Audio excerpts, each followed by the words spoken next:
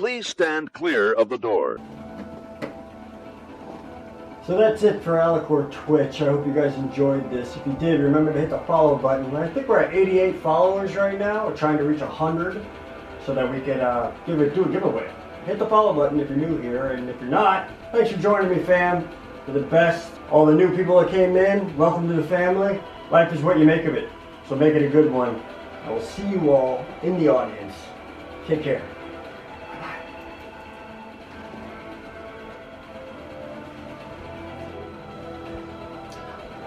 Hey, what's up? I just finished up a Twitch stream. Yeah, no, I stream on Twitch as a side to YouTube. Got a couple things going on. This is my setup here. In fact, this video that you're watching right now is going to show you my entire setup. I'm going to go through it, everything that I have, and give you a little bit of a behind the scenes look as to what goes on here. So, without further ado, let's freak out. There's so much going on here. Looking crazy. Right, so here we are. This is the setup. This is the green screen that I have. It's a rather large green screen because I like to move around during the Twitch streams that I do. And also when I'm doing live on YouTube, I like to have enough room to move around. So speaking of room, I have about a 6.5 foot space between the desk and the green screen. That way I'm not bumping into anything and making things rocky and messed up or anything like that. Let's get onto the system.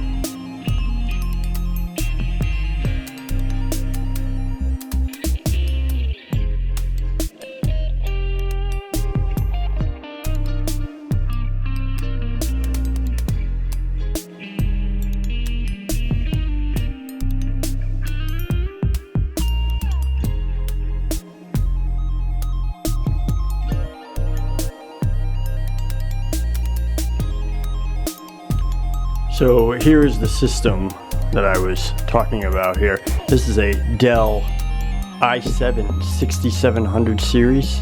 I think it's generation 7, I think. I don't know, something like that. It's got 24 gigabytes of RAM. Also, it's literally overpowered. And the reason why is so that the stream comes out a lot more cleaner and more vibrant and not having so many glitches and everything while I'm working and getting everything set up. Over here we have my 2 different headphones. The reason why I have 2 different headphones is this one here, right here, is the Turtle Beach 50, and it is connected to the Xbox, which we'll get to in a second. Then I have this one that's connected directly to the PC. So when I do YouTube, I'll be able to talk and listen to the stream that's on YouTube. But when I'm doing the Twitch stream, everything comes through here and I'm able to hear the game and everything else like that. This here is a charger that the controller, the Xbox controller, goes onto. Just like that. There. And it charges. A red light comes on there to tell me that it's charging up. Is it doing it? Yeah, now it's doing it. Now it's doing it. You see that? So, you know, that charges the Xbox up and everything, and make sure that, you know, everything's powered up and ready to go before I go on every stream. And the computer is connected to an Elgato, and I'll show you what that is. All right, coming back here to the back end.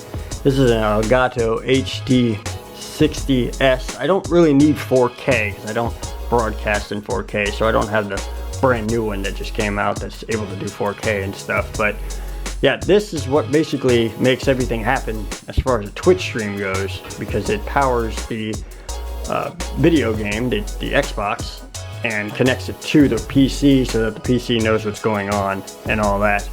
Try to keep everything as much as I can cleared up. I know there's a lot of wires here, but there could be a lot more wires than this, but I kind of keep them wrapped up and stuff like that. But this is the back end of the system, and we'll jump around to the front for more fun and excitement.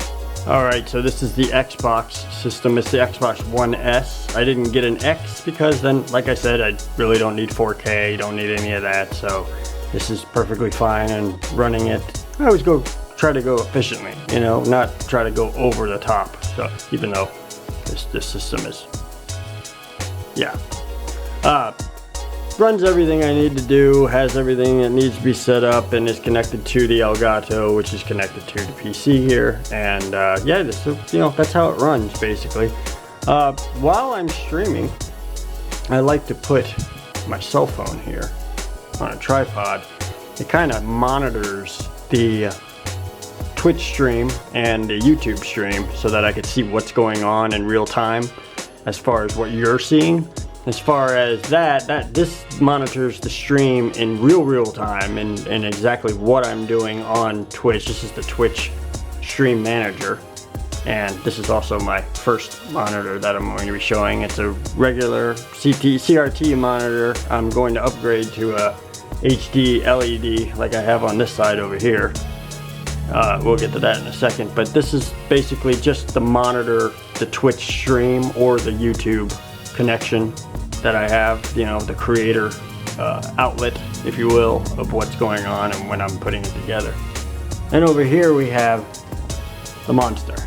This is a 42-inch LED HD big ass TV. That's basically what I watch everything on. I watch the games on it. I do, you know, all the fun and exciting stuff right here. This is like the main monitor, if you will.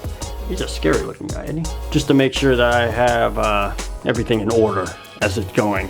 All right. And then over here we have, hi guys, I'm over here. All right. This is the other screen. This is the one that monitors the OBS Studio, which actually makes everything run on the stream, and including YouTube as well. When I do a YouTube stream, I usually have YouTube going through OBS and then going through StreamYard, excuse me. And StreamYard is running what you're seeing, but behind the scenes I'm doing this, and this is so that I could put on different transitions and cross over to different stuff like that. This screen right here on this side is what you're seeing, and this screen over here is what I'm putting up next, and I'm the only one that sees that. So if I wanted to make myself smaller, I hit transition, and then now you'll see me like that, and it always jumps back to the previous scene that I was on in case I want to go back to that scene and talk to you guys, blah blah blah blah blah blah, and then come back to a game or whatever I'm doing. I also do YouTube off of here. When I'm doing live streams on YouTube, I'm also you know, able to switch back and forth to different scenes. I'm able to go on the web and pull up web pages, as you've seen in our live streams on Breakfast with Pals and Disney Friends and stuff like that when I'm doing regular Twitch streams. Awesome stuff. I mean, you know, that's basically what a part of the system right there. All right, I have a huge light that's right here that I use most of the time. But then I have another light right here. You know, I could turn on if I need more light, and then I use my fan light up here as what we call a key light. So that basically, you know, illuminates my face. Would be that light right there is what actually illuminates my face more than anything else. These big lights are to illuminate this, which is the green screen. Yeah, that's basically that. And then I have a gaming keyboard that I used to use PC to game with, but not anymore. I don't use it to game with anymore because now I'm on the Xbox, and I use that mostly to do the gaming. The reason why I have the Xbox system hooked up as the key runner of the game per se, and then I have the stream running through the PC, is because I noticed that when I was running the PC and the game together, the PC right here, even though it's an i7, it was getting bogged down. Oh, and by the way, graphics card wise, I have a GeForce 1050 Ti in it, which is a pretty decent graphics card. It's not too expensive, roughly $250, $300, but I had to get it because it was being very bogged down. But now it runs really good because the PC only runs the stream and the Xbox runs the actual game. So it's less burden on the system, as it were. I have another camera over here that sometimes I could just take and you know, kind of tilt down if I wanted to and be able to get like certain operations that I'm doing down here. If I want to do that, I could also film a secondary person. If they were to be sitting in a chair right here, they would be being filmed that way. And I can move my microphone back. We'll get to the microphone in a second though. But, and then this is the Logitech 920. It's basically the kingpin of my cameras as far as live streaming goes. It's a beautiful thing. I love this thing. I love you, baby. I love you. We'll talk later. But it's an awesome thing to have. It makes everything so vibrant, so clear, and turns the green screen into an awesome thing where, you know, I'm able to do stuff like this where, as you can see on here. But basically, as you can see, like behind me, you know, you see the game. You don't see a green screen, you don't see a background or anything like that, and it keeps it nice and pretty. Over here, I have my InnoGear microphone. It's a very good microphone. It's overseas. I got it from overseas. It does the job really well. It's not a Yeti, but it plays like a Yeti. And it works really good. It can pick me up from way back here or way close up here if I wanted to, you know. Yeah, it's something else. It's nice. It's always been there for me, and I have it on this arm where I can move it out to wherever I need it. I could even put it in front of me if I wanted to, but I try not to because it gets in the way of the camera, as you can see over there. So I always keep it off to the side now. That way it's not out of the view of the camera space while I'm going live and everything else like that. I think that pretty much about does it. I also have another hard drive down there that picks up and records everything in case I want to go back and make a video out of something. It's a good hard drive. It's been running real well for that. I also have a hard drive up here. This is another secondary SSD hard drive. And yeah, basically that's it. You know, these are the old cameras that I used to use to do vlogs with in Disney. I started off with this. This is the Hero 5 Session. It doesn't have a screen or anything. I just basically had to guess. I was recording everything and go back to editing and get it all done. And then this is the GoPro 7 Black, which did me some justice for a while. But now we're working with a whole new animal now. All right, so what we're working with here is the Canon G7X Mark II. I finally got one. I know it's been a while. I promised this like 3 years ago when I started YouTube that I was going to get this camera. Finally did. But it's a really awesome camera. Everybody has told me to get one of these. They were like, you know, this is the ultimate vlogging camera, because mostly because of this right here. This is just a fantastic thing right here. But yeah, you know, in case I want to vlog, I could see myself, hi, you know, and do everything that I need to do, and then it tilts back down. It goes back into place. Very nice. Everybody knows about the G7X. I'm kind of behind everybody else, but this is what we're using now to vlog with. This is what you're seeing right now. I'm doing this entire video on this camera. I didn't want to switch cameras or anything else like that, so I wanted to show you what was going on. I'm very proud that I got this. I got it about 2 days ago. I'm still messing with it. This is actually the first video that I've used it on, so I hope it's coming out good. Let me know in the comments below if it's coming out good, and hit the like button. Let me know that I'm doing a good job. So, appreciate it. Now on to editing. I'm going to show you what I do, what I use to edit with. It's a simple program. It's actually free too. So if you're thinking about being a YouTube creator or Twitch creator or anything else like that, you might want to pick this up. It's very easy to get. All you do is you download it. You add in your information as far as your email and stuff like that, so they know where to send updates and stuff like that, and you're good. You're good to go. And this is pretty much like a professional program that you could use, an editing program that you can use. That's kind of like Final Cut, and Adobe Premiere. It almost mirrors those, and I'll show you what I'm talking about in a second. All right, so what we have here is DaVinci Resolve 15, and basically this is how I edit everything. I take everything, I load it into the PC by memory card, and then I take that and you know, I put it in here, and this is what you're looking at is the last video I did, which was the People Mover video.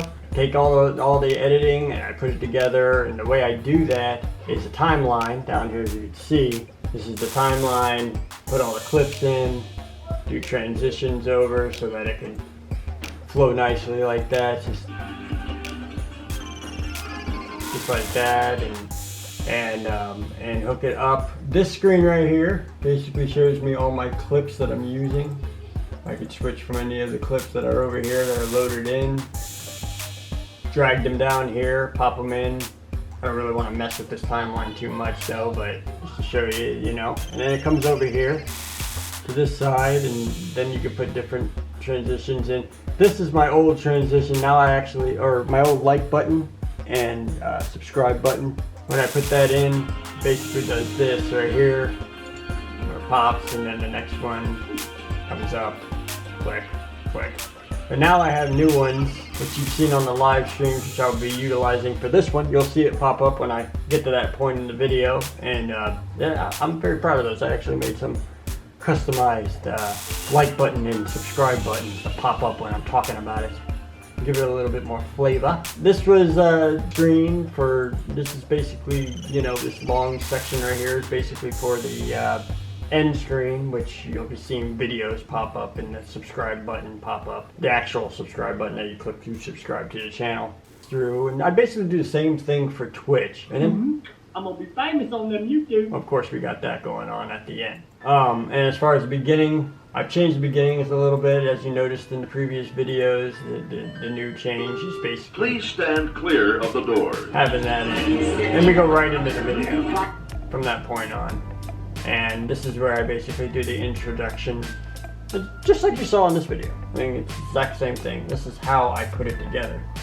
Over here are different types of transitions that I use. I use a cross, not a cross, this is a dip to color dissolve, which I use white to give it that fade out like that. But then you have a blur, which would look like this. I'll pop that in there so you can see that. Pay attention to this side of the screen. Yeah, it's a different one right there. And then if I want to do a smooth cut, we could do a smooth cut. It kind of like gives it like a dreamlike cut over to the next one. Everything is, when it's done, I check color. I make sure that everything is set as far as color and looking vibrant and clear and contrast and all that. It's color correction. That's what it's called. And then after that, this screen right here is for, if I have green screen on, I could click this bar here and open up this menu. And it's called Delta Keyer instead of Chroma Key, which is usually what it's called in all the other platforms. But Delta Keyer is basically the same thing. You add that in, and then you can take out whatever you want, and it makes it look really weird. But if you got a green screen, it will take out just the green behind you and all that. So that's that. Once everything's done, I check sound. This is my sound levels right here. Basically, it'll tell me if anything's bottoming out or being too loud or what. Seems like a little bit is being too loud right here, but I upped it because the audio that I got for the ride itself was, in this particular video, was too low. So I had to really like bring it up pretty much above red line. Does the job, makes it so it's clear for you to hear instead of you going, what are they saying? I can barely hear it. So let's bring that up. Once the sound's done, go over to here, and this is where I could set it for YouTube or Vimeo or just a regular H2 or H.264 format, which is basically a master format. It goes across any platform. Add to render. It goes over here, and within about 15 minutes, 10 minutes, 7 minutes, depending on how long the video is, it's, yeah, completed. You're ready to go, and after that, you just basically go over to YouTube, upload the video, do the create, you know, upload a video, and you are ready to go. Upload it, put the end screens on, put all the different types of hootenannies, and you're all set up. Did I say hootenannies? I think I just said hootenannies. Yeah, so that's pretty much it for this video, man. I just wanted to show you behind the scenes of exactly how I put together stuff like that and get everything done to, you know, make things happen, make magic. Make magic. Yeah, so that's basically how it's done. I got a pretty elaborate system, I know, but it took me, I didn't buy this all at once. It took me like, I don't know, probably about 4 or 5 years to put this all together, and I just bought pieces here and there and here and there. That equals up to like something like $5,000 for the whole system. But it's a good system. It runs sufficiently. I may upgrade eventually one day, and I mean a couple of things I really am going to upgrade, but I like it. I love it. It's my home away from home. It's where I spend most of my time, and you know, that way I can hang out with you guys more often and stuff like that. So if you like this video, here it comes. Ready? Watch, ready. If you like this video, remember to give me a thumbs up. And if you're new here and you would like to subscribe, you might want to hit the subscribe button, which is located right in the corner there down below. Also at the end of this video. We've had our freak out, and now it's time to pass out. Welcome to the new Your Pal Al channel. Hoping you're digging it. Let me know in the comments. Much love, and we'll see you real soon.